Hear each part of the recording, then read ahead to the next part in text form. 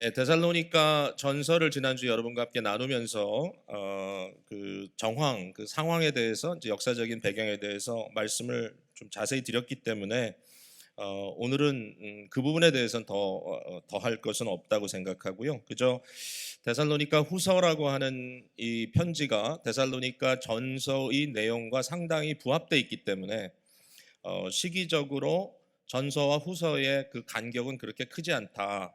이제 그런 의미에서 바울의 2차 전도 여행 중에 바울이 고린도에서 1년 반 정도 머무는 기간 동안에 데살로니가의 교회를 생각하면서 이 편지를 썼다. 이제 이 정도로 여러분이 이제 알고 계시면 좋을 것 같아요.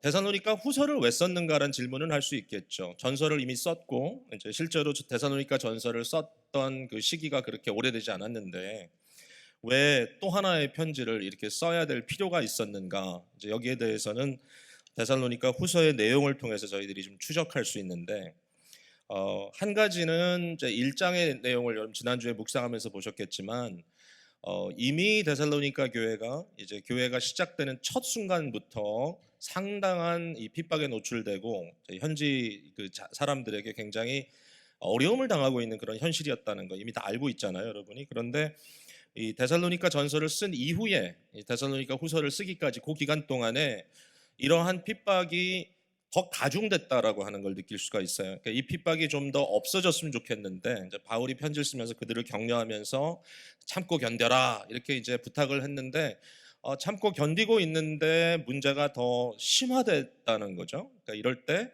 할 수 있는 게 뭘까요? 뭐 그저 더 격려하는 수밖에 없겠죠. 데살로니가 후서의 그 이 분위기는 훨씬 더 고조돼 있고요. 그러니까 바울이 단순히 데살로니가 성도들에게 어렵지만 참아라 정도가 아니라 이제 굉장히 강렬한 그런 권면을 하죠. 너희들이 끝까지 충성해라. 왜냐하면은 어떤 일이 벌어진다고요? 예수 그리스도의 날에 반드시 너희를 핍박하는 자들에 대한 보응이 있을 것이다. 이게 굉장히 심각한 얘기죠. 단순히 우리 팀을 격려하는 게 아니라 지금 핍박하고 있는 상대방을 심판에 처하도록 하는 그러한 일이 반드시 있을 거라고 하는 굉장히 강한 메시지를 전달했어요. 그다음에 또 하나의 정황은 뭐냐면 이제 2장으로 넘어가면서 이제 우리가 볼 수 있는데 아주 긴급한 프로블럼이 생긴 거죠. 그러니까 바울이 데살로니가 전서를 보냈는데 그 편지에 대한 오해도 생겼을 수도 있고 또 다른 문제도 생겼어요. 한번 볼까요? 2장 1절 한번 보세요. 2장 1절 형제들아 우리가 너희에게 구하는 것은 우리 주 예수 그리스도의 강림하심과 우리가 그 앞에 모임에 관하여. 자, 2절 같이 읽을게요. 시작. 영으로나 또는 말로나 또는 우리에게서 받았다 하는 편지로나 주의 날이 이르렀다 해서 쉽게 마음이 흔들리거나 두려워하거나 하지 말아야 한다는 것이라. 자, 여기 영으로나 또는 말로나 또는 우리에게서 왔다고 하는 편지로나 어, 뭐 방법은 여러 가지로 얘기하고 있죠. 어떤 사람이 내가 특별히 어떤 영적인 메시지를 받았다 얘기할지도 모르고 또 어떤 사람들은 바울이 한 얘기를 이제 좀 꼬아가지고 그러니까 바울은 무슨 얘기를 했죠? 하나님의 나라가 이미 그리스도의 오심과 함께 임했고 왕 대신 그리스도께서 반드시 재림하실 것이다. 그가 다시 오실 것이기 때문에 너희들이 깨어 있어야 된다라고 가르쳤는데 어떤 사람들이 뭐라고 가르치냐면은 주의 날이 이미 임했다. 그러니까 예수 그리스도의 재림이 이미 임했다. 그냥 우리가 모르고 있을 뿐이다. 이미 다 임한 것이다. 그러므로 우리가 이제는 더 이상 현세의 일을 다 포기하고 이제 다 더 이상 할 것 없고 오직 하나님의 이 나라가 완전히 임한 그것에 대해서만 초점을 맞추면 된다라고 이제 이렇게 얘기한 거죠. 그러니까 바울의 편지도 왜곡한 거죠. 바울이 그리스도의 재림 사건에 대해서 분명히 언급하고 있죠. 데살로니가 전서에. 그러나 그것은 지금 당장 이미 임했다고 얘기한 건 아니죠. 오실 수 있기 때문에 너희들은 깨어 있어야 한다라고 얘기했죠. 근데 그것을 이제 극단적으로 끌고 간 겁니다. 자, 단순히 말로만 한 게 아니라 여기 보니까 우리에게서 받았다 하는 편지로나 이렇게 썼어요. 이게 무슨 얘기입니까? 바울 사도가 데살로니가 교회를 위해서 격려하기 위해 사용했던 방법은 편지를 쓰는 거였죠. 그래서 이 편지가 바울 사도의 편지로서 디모데에 의해서 죄송합니다. 디모데에 전달된 게 아니라 전달이 됐죠. 디모데가 나중에 와서 소식을 전한 다음에. 근데 이 편지를 통해서 바울이 사역을 한 것은 분명한데 이것이 또 잘못 이게 오용되면서 일종의 올무가 돼버린 겁니다. 그러니까 어떤 사람이 편지를 썼습니다. 근데 그 편지에 내가 바울이다라고 썼어요. 심각한 문제죠. 그러니까 바울의 이름을 도용해서 자기가 하고 싶은 얘기를 바울이 한 것처럼 쓴 겁니다. 바울의 권위를 가지고. 자, 이걸 우리가 어떻게 조금 더 확신할 수 있는가 하면은 3장 17절에 우리가 읽었죠. 예, 3장 17절에 나 바울은 친필로 문안하노니 이는 편지마다 표시로서 이렇게 쓰노라. 예, 마치 우리가 컴퓨터나 타입 옛날엔 타입 쳤지만 다 컴퓨터로 하죠. 이렇게 프린트아웃을 해가지고 이것이 내가 쓴 편지라는 것을 증명하기 위해서 내 이름 그 글자 위에다가 내가 사인을 해가지고 친필로 보내는 것처럼 바울이 이 서신에 대해서 이와 같은 친필 안부를 했다는 거죠. 친필 사인을. 아니 바울이 자기 손으로 편지를 썼으면 되지 뭐 이거 친필 또 이렇게 할 게 있느냐. 바울이 부족해서가 아니고요. 그 당시에는 대부분 이런 글을 써주는 프로들이 있었어요. 왜 그런가 하면 오늘처럼 이렇게 종이가 흔하지 않아요. 그 당시에는 우리가 쓰는 이런 스무스한 종이를 사용한 것도 아니고 우리가 일반적으로 쉽게 쓸 수 있는 볼펜이나 뭐 만연필을 쓰는 것도 아니고 그 당시에는 가죽을 이렇게 펴가지고 그걸 가지고 이제 종이를 대신 쓰는 것이고 그 다음에 어떨 때는 뭐 파팔이라고 하는 어떤 식물의 잎사귀를 가지고 이걸 다져가지고 종이처럼 만들어 쓰기도 하고 그 표면이 부드러울 리가 없어요. 펜은 어떤 펜이냐면은 이제 뭐 새 깃털 같은 거 가지고 해가지고 이제 잉크 묻혀가지고 쓰는 거예요. 물론 뭐 그것도 쓰다 보면 또 요령이 생겼겠지만 바로 그거죠. 요령이 생긴 사람들이 전부 다가 아니라는 거예요. 예. 특별한 사람들의 손에 이렇게 편지를 읽어주든지 이렇게 편지를 이렇게 낭독을 하면 내가 하고 싶은 얘기를 이야기하면 그것을 대독해 줄 수 있는 아주 실력 있는 그런 라이터들이 있었던 거죠. 그게 이제 중요한 겁니다. 이제 대필이죠, 대필. 그렇게 해야 합니다. 왜냐하면 옛날 그 문서들을 보면요, 우리야 이렇게 뭐 이렇게 글을 쓰면 위 옆에 이렇게 룸을 남겨놓고 말진 갖고 이렇게 쓰잖아요. 그러니까 좀 널찍하게 보기 편하게 간격도 있고 띄어쓰기도 하고. 옛날에 그렇게 하지 못했던 거예요. 말진이 어디 있어요? 그냥 끝에서 끝까지 띄어쓰기도 없이. 그 다음에 아주 촘촘하게. 왜 그렇게 했죠? 이렇게 해야지만 종이를 아낄 수 있기 때문에 뭐 종이인지 가죽인지 뭐 여러분 알아서 들으십시오. 그래서 이와 같은 상황 속에서 편지들을 쓰곤 했던 겁니다. 로마서에 보면 더디오라고 하는 그 대필가 이름이 나오죠. 나 더디오는 내가 이것을 쓴다 이랬습니다. 자기가 썼지만 바울의 편지죠.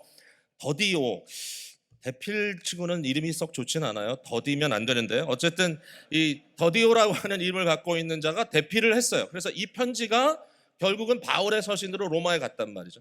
똑같은 거예요. 그러니까 데살로니가 전후서도 분명히 누가 대신 썼을 거예요. 바울은 그것을 말로 했고 마지막에 바울이 데살로니가 후서에는 내가 친필로 이렇게 문안한다. 내 사인이 이거다. 내 글자는 이렇게 생겼다. 이렇게 하면서 이것이 자기의 편지라는 것을 증명해 주고 있는 거죠.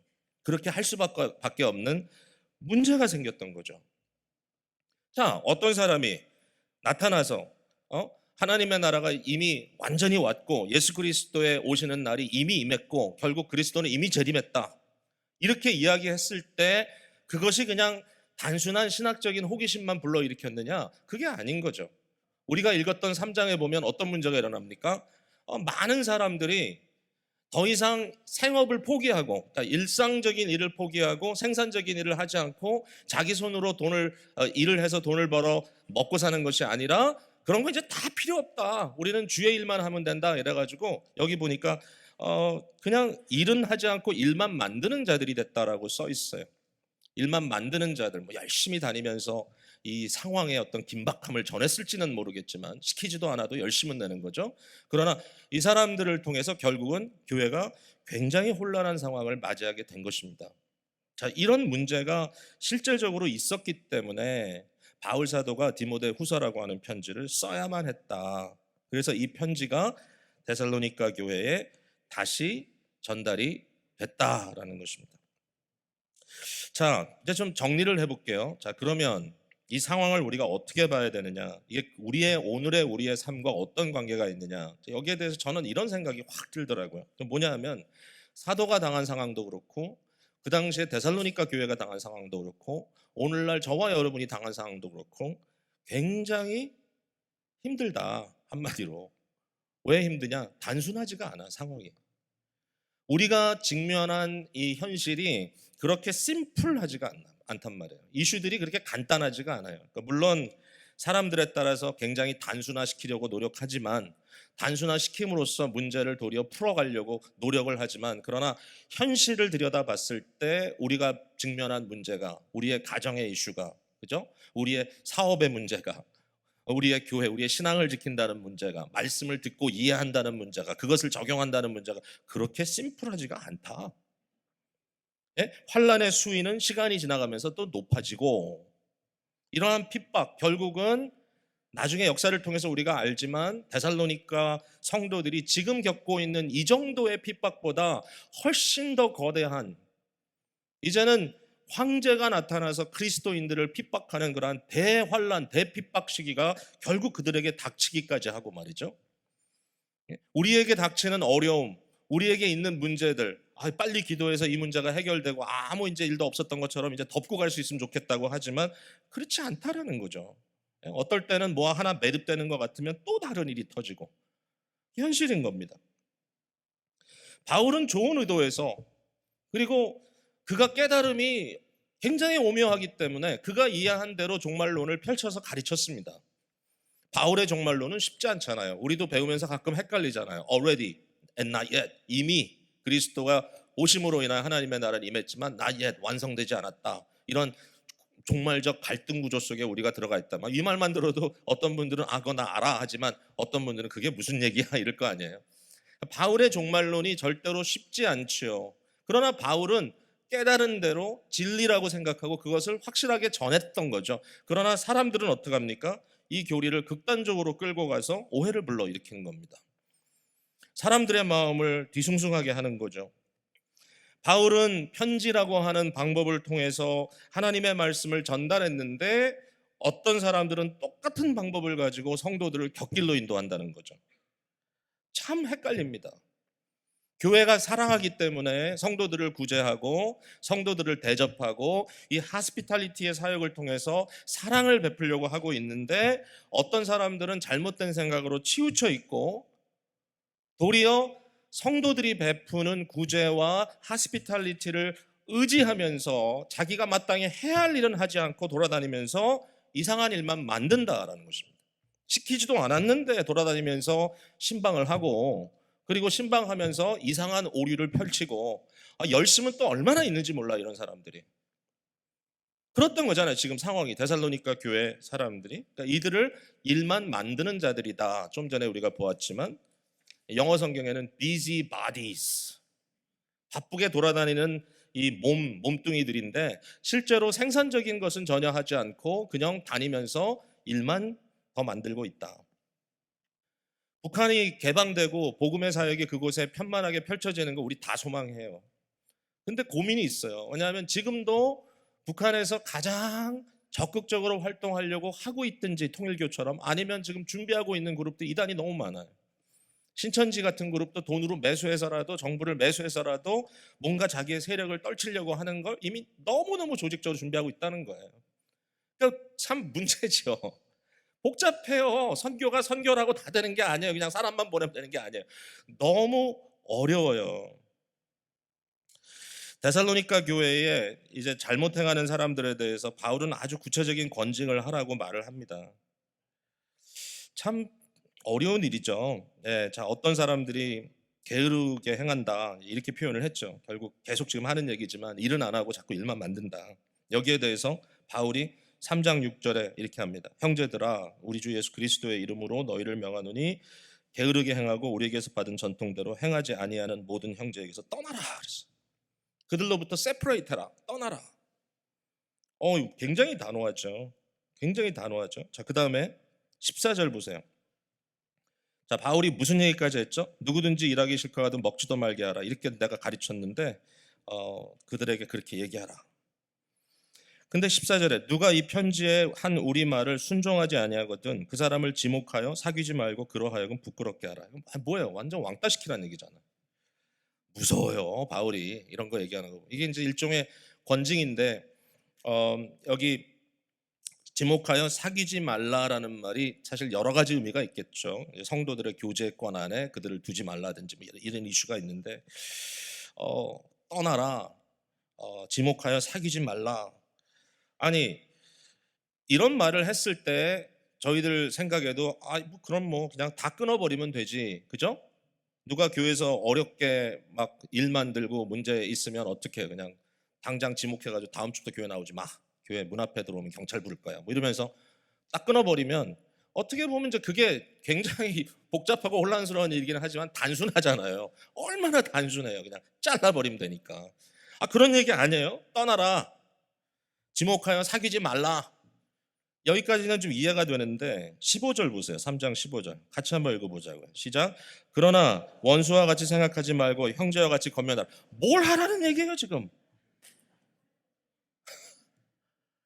어렵고 힘든 사람들을 어떻게 하라는 얘기예요? 쫓아내란 얘기예요. 왕따시키란 얘기예요. 찾아가서 뭐 이 사람들을 얼르란 얘기예요. 도대체 원수는 뭐고 형제는 뭐고 떠날 사람은 누구고 있어야 될 사람은 누구고 이런 것들이 확 들어오지 않죠. 근데 이게 교회요 목회라는 거예요. 이게 이처럼 어려워요. 쉽게 풀리는 일이 그렇게 많지 않아요. 교회 사역도 그렇고 여러분 가정일도 그렇고요. 여러분 개인 친구들과 관계도 그렇고요. 자녀 문제, 부모 문제 단순하지 않아요.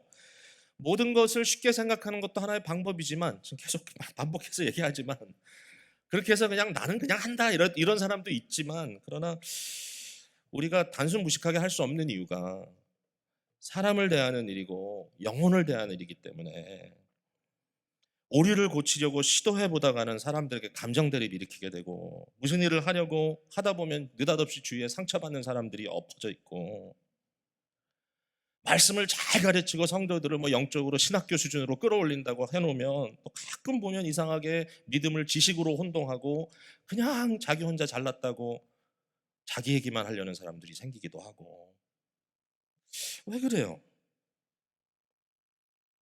아예 열심히나 없으면 도리어 괜찮을 텐데 또 열심은 또 이런 사람들이 많이 낸단 말이에요. 그러니까 또 가끔 우리 교회 오해하는 분들 있죠. 우리 교회 기본 원리 열심 내지 말라 이렇게 생각하는 사람도 있어요. 우리 교회. 일단 지치면 아무것도 하지 말라는 것이다. 그냥 말씀만 듣고 가만히 있어라. 그렇게 권하는 사람들 있죠. 주위에서. 이걸 단순화라고 얘기하는 겁니다. 그런 면도 있죠. 있어야죠. 왜냐하면 너무 바쁘게 돌아다니다가 실제로 양육될 기회를 못 찾았다든지 말씀에 집중할 기회 없이 그냥 사역만 했다든지 그런 분들은 좀 그런 집중력이 필요해요. 그러나 그것만은 아니에요. 또 복잡해요. 오늘 설교를 여기서 끝낸다면 그냥 어떻게 될까요? 자기 연민에 빠져서 그냥 야 인생은 복잡하구나 아멘. 그리고 가면 되는데 이제 그건 안 되잖아요. 여기에 대해서 바울이 뭐라고 권면하느냐 이게 중요하죠. 여기에 대한 권면은 바로 3장 13절에 나와 있는 권면이라고 생각해요. 형제들아 너희는 선을 행하다가 낙심하지 말라. 어렵지, 힘들지, 복잡하지, 헷갈리지. 너희 마음의 의도와 상관없이 자꾸 꼬이지. 사람들은 너를 오해하지. 교회 공동체가 이게 한 사람 두 사람이 아니라 함께 어떤 정서를 모아가지고 끌고 간다는 게 쉽지가 않지. 왜 이렇게 뭔가 이렇게 집중력이 생기지 않을까? 어렵죠. 그러나 낙심하지 말라. 근데 여기서 조금만 더 깊이 들어가 봐야 돼. 왜냐하면 선을 행한다는 것에 대한 또 오해가 있기 때문에 그래요. 여기 선을 행한다는 말이 되게 재밌는 말이에요. 선행함이에요. 선행함. 물론 선행은 이게 동사가 아니지만 여기에 나오는 선을 행하다가라는 말을 선을 행한다는 말을 하나의 단어로 복합적으로 만들었어요. 성경에 한 번 나오는 단어예요. 선행함. 좋은 일을 함. 근데 이 단어가 과연 무슨 의미일까? 이 good works. 그러니까 우리가 이런 얘기 하잖아요. 믿음을 강조해야지 행함을 강조해서는 안 된다. 그러니까 율법의 행위 자꾸 이런 대로 치우치니까 행함을 얘기하면 안 된다. 근데 왜 너희가 선을 행하다가 낙심하지 말라고 했을까?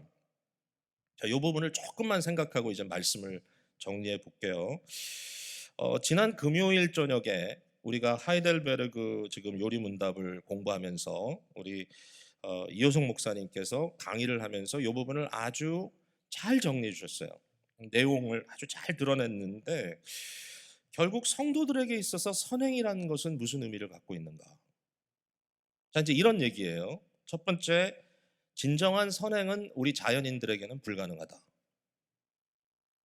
우리 자연인들, 우리들이 진정한 의미에서 선행을 한다는 것은 불가능하다. 왜? 우린 죄의 영향 아래 있기 때문에 결국은 죄로부터 자유로운 선행이란 있을 수 없고, 진정한 의미에서 거룩한 하나님 앞에 우리가 의롭게 행했다라고 머리를 치들고 할 수 있는 얘기는 없는 거죠. impossible하다. 첫 번째로 노력 갖고 안 되는 거죠. 두 번째로 그렇기 때문에 사실상 우리가 자연인으로서의 어떤 우리의 노력을 통해서 선행을 하는 것이 선행으로 인정받는 것이 안 되기 때문에 결국은 비효율적일 수밖에 없다. ineffective하다는 거죠. 선행을 통하여 하나님 앞에 인정받을 수 있는 어떠한 공로를 우리가 쌓아 올릴 수가 없다. 근데 이 부분에 대해서 아직도 우리는 많은 헷갈림을 갖고 있어요. 그래서 대부분의 사람들은 요 원리, 그러니까 즉 보상 원리 속에 여전히 빠져 있는 거죠. 그러니까 모든 걸 해도 결국은 분리를 못하기 때문에 이 부분에서 끊임없이 교회 사역을 하면서도 내가 보상받지 못한다는 것 때문에 힘들어하고 계속 괴로워합니다.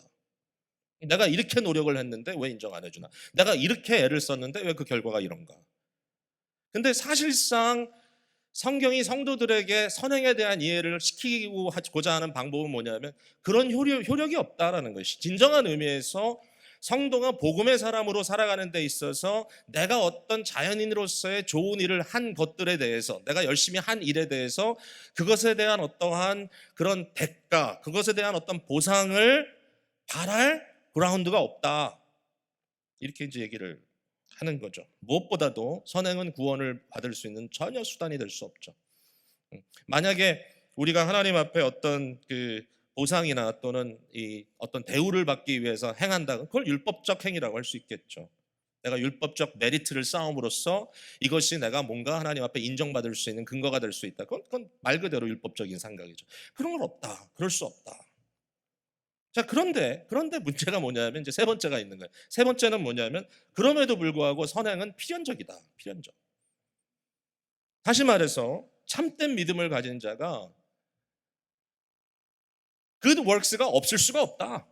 필연적이다. 왜냐하면 믿음은 본질상 그리스도와 연합시키는 일이기 때문에 그리스도와 연합된 사람이 성령의 열매를 맺지 않을 수가 없다. 자, 지금 좀 헷갈리시죠? 이 양면성에 있어서 그러나 제가 잘 설명해 드리도록 해볼게요. 자, 들어보세요. 하이델베르그 제64 문답, 답은 뭐라고 써있냐면 참된 믿음으로 그리스도에게 접붙여진 사람들이 감사의 열매를 맺지 않는 것은 불가능합니다. 이렇게 썼어요. 즉 참된 믿음을 갖고 있다면 그것은 반드시 우리를 예수 그리스도에게 접붙이게 하고 그리스도와 연합되게 하고 예수 그리스도와 접붙여 있기 때문에 마치 수도꼭지가 연결돼 수도 파이프가 연결돼 있기 때문에 그리스도로부터 생수를 공급받을 수밖에 없는 입장에 있는 사람에게는 반드시 성령의 역사가 그 안에 있기 때문에 결국 그 성령의 역사로 인한 성령의 열매가 맺어지지 않을 수가 없다 이거죠. 필연적이다. 자, 그러면 무슨 얘기라는 거예요? 제가 이렇게 한번 설명해 볼게요. 이게 설명 잘해야 되는데 여기서 이게 오늘 이제 이 메시지가 여기서부터 이제 이게 되느냐 안 되느냐의 판가름이 나는 순간이니까 잘 들어보세요. 저도 지금 잘해야 돼. 자, 오늘도 제가 이게 제 어떤 경험이에요. 오늘도 이제 2부 예배 때 제가 오늘 설교 안 하고 설교를 들었어요. 듣는데 예수 그리스도의 공로로 인하여 우리가 아무것도 한 것도 없지만 우리는 하나님이 우리를 거룩하다고 보신다. 이 얘기를 이제 또 선포를 받았어요. 강단에서부터.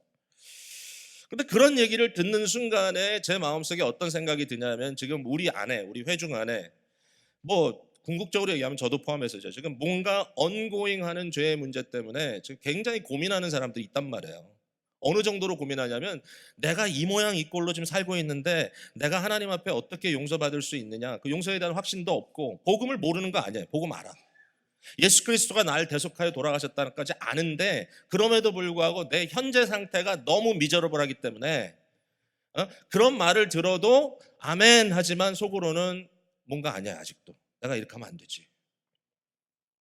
근데 제가 그런 생각을 머릿속으로 하면서 느껴진 게 뭐냐면은, 자, 아까 제가 자연인이라는 표현을 썼습니다. 우리 인간 모습 이대로 우리가 하나님 앞에 하나님 받으실 만한 선한 일을 한다고요? 안 돼요.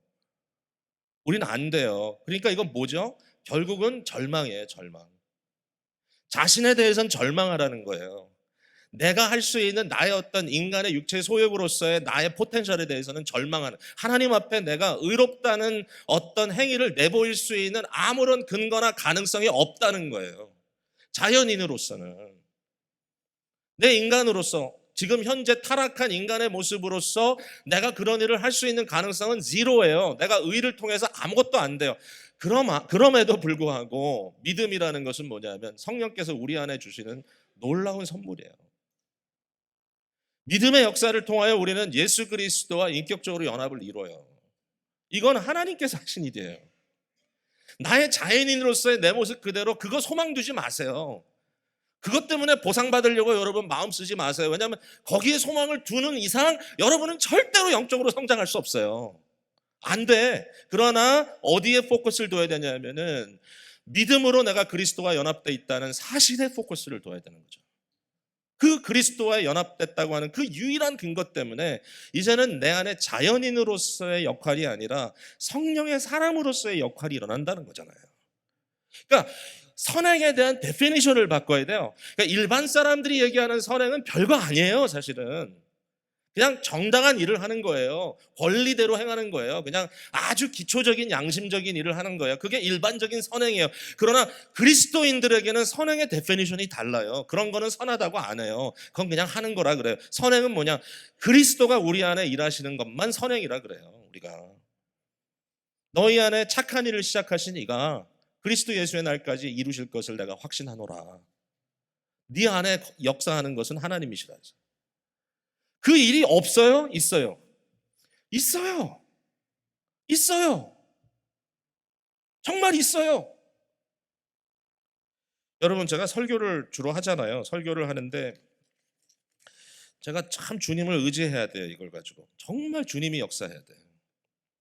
제가 똑같은 본문 가지고 정말 저는 막 은혜 넘쳐가지고 설교를 한다고 했는데, 이렇게 돌이켜봤어요. 회상을 해보니까 한 번은 설교를 했는데 정말 저는 뭐 별로 그렇게 대단한 걸 안 했다고 생각했는데 막 정말 역사가 일어나는 거예요. 사람들이 뭐 막 갑자기 막 눈물이 터지고 그 보이는 거예요. 눈앞에 보이는 거예요. 뭐 정말 뭐라고 제가 설명할 수 없는 그런 상황인데, 제가 좀 이렇게 즉흥적인 게 있잖아요. 여러분 아시죠? 즉흥적인 게 있는데 그때 이렇게 뭐 이렇게 하고 이렇게 하는데 제가 나중에 돌이켜 보니까 그게 나였나라고 생각이 들 정도로, 어 제가 이렇게 생각을 해도 이렇게 막 소름이 끼쳐. 대단해. 근데 어떨 땐 똑같은 본문 갖고 설교하는데도 그냥 너무 어떨 때는 그냥 힘들어요. 그게 반응의 문제만은 아니에요. 그냥 뭔가 이제 이걸 제가 또 조심히 말씀을 드려야 되는데, 포인트는 뭐냐면 제가 이제 이럴 때마다 깨닫는 게 뭐냐면 잘했다 못했다를 얘기하는 게 아니라 자연적으로 제가 할 수 있는 일들이 있죠. 제가 지금 뭐 한국말도 하고 영어도 하고 합니다. 이거 배워서 하는 거죠. 그러나 실제로 이것이 영적으로 유익한 일이 되기 위해서 하나님의 복음의 하나님 나라의 역사가 이루어지기 위해서, 이것이 진정한 의미에서의 그리스도가 이루시는 선행이 되기 위해서 결국 그리스도가 역사해야 돼요. 그걸 확실히 마음속으로 깨달을 수밖에 없는 현실이 자꾸만 오는 거야. 자랑할 게 없어요. 그래서 자랑할 게 없어요. 뭘 좀 잘했다고 우쭐할 필요가 없어요. 왜냐하면 그 다음에 해보면 안 돼요. 내가 한 게 아니에요. 내가 한 게 아니야. 어느 순간에든지 역사가 일어난다면 주께서 하신 거예요. 주의 말씀이기 때문에 역사가 일어나는 거, 사실 근본적으로. 오늘 이 시간에도 저와 여러분 사이에 어떤 소통이 일어나고 이 자리에 여러분의 마음속에 어떤 성령의 은혜가 임하여 여러분이 심령에 어떤 뭔가 보이지 않았던 것이 보이게 된다면 그건 은혜예요. 여러분, 은혜예요. 절망 속에 있는 형제하고 얘기를 나눴어요, 지난주에. 너무 절망해요. 깜깜해요. 그러면서 하는 말이 아무것도 내가 소망할 바가 없다. 제가 그랬어요. 너 같은 경우는 생각해봐라.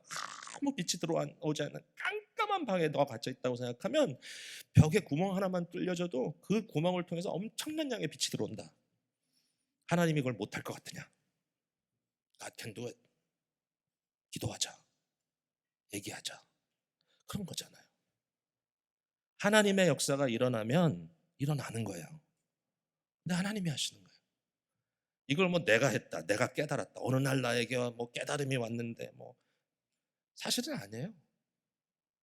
주님께서 하시는 거예요. 이게 선행이라는 데 대한 온전한 정의라고 생각해요. 그리스도인들에게. 자, 이제 연결해서 말씀을 이제 정리해야 돼요. 정말 너희는 선을 행하다가 낙심하지 말라. 주께서 너희를 통하여 역사하는 그 일에 대하여 너희들은 끊임없이 소망을 갖고 가라. 지난주에 말씀드렸던 내용과 중복되는데요. 그러므로 그리스도에게 접붙여진 사람들에게 그리스도로 인하여 이루어지는 성령의 역사를 우리가 뭐라고 얘기할까요? 이것을 예수 그리스도의 형상을 담는 일이라고 얘기할 수 있지 않겠어요? 바로 교회의 DNA는 예수 그리스도의 형상이다. 바로 성도의 DNA는 예수 그리스도의 형상이다. 교회의 선행은, 성도의 선행은 예수 그리스도의 형상이 교회 또는 성도를 통하여 나타나는 것이다. 자, 이거를 이제 좀 더 확대해서 얘기를 해볼게요. 오늘 본문 3장 7절, 8절, 9절 가볼게요. 어떻게 우리를 본받아야 할지를 너희가 스스로 아나니 우리가 너희 가운데서 무질서하게 행하지 아니하며 누구에게서든지 음식을 값없이 먹지 않고 오직 수고하고 애써 주야로 일함은 너희 아무에게도 폐를 끼치지 아니하려 함이니. 자, 9절 같이 읽어볼게요. 시작. 우리에게 권리가 없는 것이 아니요 오직 스스로 너에게 본을 보여 우리를 본받게 하려 함이라. 자, 바울이 설명한 것은 데살로니가 전서에 있었던 것과 똑같은 내용입니다. 뭐죠? 바울이 데살로니가 가서 전도할 때 돈 받고 전도 안 했어요. 살해받지 않았어요. 거기 가서 복음을 처음 접하는 사람들이, 교회가 막 시작했어요. 이들에게 경제적인 벌든을 주지 않았어요. 그 얘기하는 거예요. 왜 그랬을까요? 그 이유는 권리가 아니기 때문에. 그게 도리가 아니라서? 아니요, 그거 아니에요. 바울이 얘기해요. 우리에게 권리가 없는 것이 아니다. 예? 타작마당에서 지금 일하는 소의 입에다가 멍에를 뭐예요? 뭐 하여튼 씌우지 마라 그랬잖아요. 왜? 자기가 일하는 데서 벌어 먹을 수 있다. 그럼에도 불구하고 권리는 옳은 것이죠. 권리는 맞죠. 예? 권리에 대해서는 정당한 어떤 보상이 있어야겠죠. 권리에 대해서는 내가 얻을 게 있어야 되잖아요. 바울은 지금 그렇게 얘기하는 거예요. 인간적인 도리나 지금 기본적인 우리가 어떤 윤리, 심지어는 윤리적으로 봤을 때도 권리가 없는 것이 아니다. 내가 할 수 있다. 그럼에도 불구하고 하지 않았다. 그 이유는 뭐냐면 이 부분이죠. 너희에게 복음은 값없이 받는 은혜라는 것을 내가 전하기 위해서다 이거죠. 너희가 받는 복음은 너희가 값없이 하나님께서 주신 은혜라는 것을 확인시키기 위해서 내가 그 본을 보였다. 권리 행사 안 했다. 본을 보였다.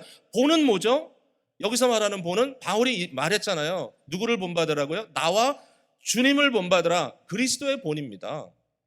예? 그리스도의 본이에요. 예수 그리스도의 본을 내가 너희들에게 본보였다라는 거죠. 그리스도의 본이 뭡니까? 복음의 본입니다. 권리 투쟁 안 하고 자기가 마땅히 받아야 된다라고 그것을 대가 요구하지 않고 끝까지 자기 자신을 온전히 비워내주기까지 사랑하는 그 일입니다. 이게 바울이 얘기하는 거예요. 이게 선행이라는 거예요. 그리스도인들에게 선행은 뭐냐면 대가받고 하는 것도 아니에요. 그리고 당연히 뭔가 어떤 이치에 맞아서 하는 것이기 때문에 하는 게 아니에요. 문제는 뭐냐면 오늘은 그것도 안 하기 때문에 그런 것도 선행처럼 보이는 거예요. 예? 뭐 돈 안 띄어 먹는 게 선행이 아니에요. 당연히 안 띄어 먹어야죠. 근데 안 띄어 먹는 걸 정직하다 그래요. 그러나 그건 기독교의 관점에서 선행이 아니에요. 그건 당연한 도리예요, 그냥. 그러면 뭐가 선행이냐? 뛰어넘는 거예요. 기본적인 도리나 기본적인 권리를 주장하기보다 도리어 자기 자신을 비워내기까지 복음적 원리로 복종시키는 것을 선행이라고 얘기한다면 make sense 해요. 어려워요. 더럽고 치사해요. 하다 보면. 내가 왜 이것까지 해야 돼? 그런 생각 들어요. 근데 그거를 하면서도 자꾸 내가 한다 그러면 안 돼요. 내 안에 그리스도가 하는 거예요. 바로 그 얘기를 지금 하고 있는 거죠. 예수 그리스도의 본, 그리스도의 파라다임이라고 해도 좋아요. 그리스도의 패러다임. 우리가 지금 다룰 시간은 없지만 데살로니가 후서 2장에 나오는 적그리스도에 대한 정체가 좀 나오잖아요. 적그리스도적 패러다임과 예수 그리스도적 패러다임이 정면으로 충돌하는 부분이 그거예요. 적그리스도는 자기를 높이고 하나님의 성전에 앉아 자기를 하나님이라고 내세우고 있고요. 뿐만 아니라 모든 사탄의 활동을 따라 능력과 표절과 거짓 기적과 불의를 다 행해요. 기적을 행해. 그러나 그 결과는 뭐냐면 결국은 자기를 하나님이라고 높이려고 하는 거예요. 예수 그리스도는 하나님에도 불구하고 자기를 비워내시고, 예수 그리스도는 사탄이 그를 시험하면서 이런 온갖 이적을 통해서 사람들에게 네가 좀 인정받아라 이렇게 얘기할 때 하나님 시험하지 말라 그랬다. 사람이 떡으로만 사는 것이 아니라 하나님의 입에 나오는 말씀으로 산다라고 제압시켰잖아요. 예수 그리스도의 패러다임과 이 적그리스도의 패러다임은 너무 첨예하게 다른 거예요. 근데 우리가 지금 어떠한 모습을 하고 있는가가 질문인 거예요.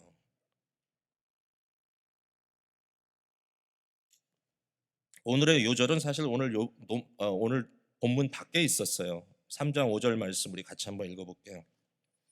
시작. 주께서 너희 마음을 인도하여 하나님의 사랑과 그리스도의 인내에 들어가게 하시기를 원하노라. 예, 예수 그리스도의 패러다임은 뭡니까? 하나님께서 너희 마음을 이끌어서 하나님의 사랑과 그리스도의 인내 속으로 들어가길 원한다. 이게 그리스도의 형상입니다. 하나님의 사랑, 그리스도의 인내. 하나님의 사랑은 뭐죠?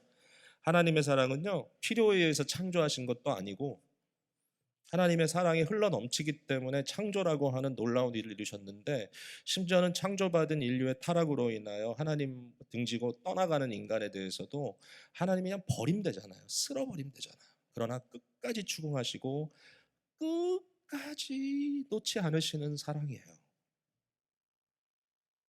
아니 그냥 원수들 같이 생각하고 잘라버리면 되잖아요. 그래도 형제같이 건면하라. 마지막에 내 말 듣지 않아도 쉽게 포기하지 마라.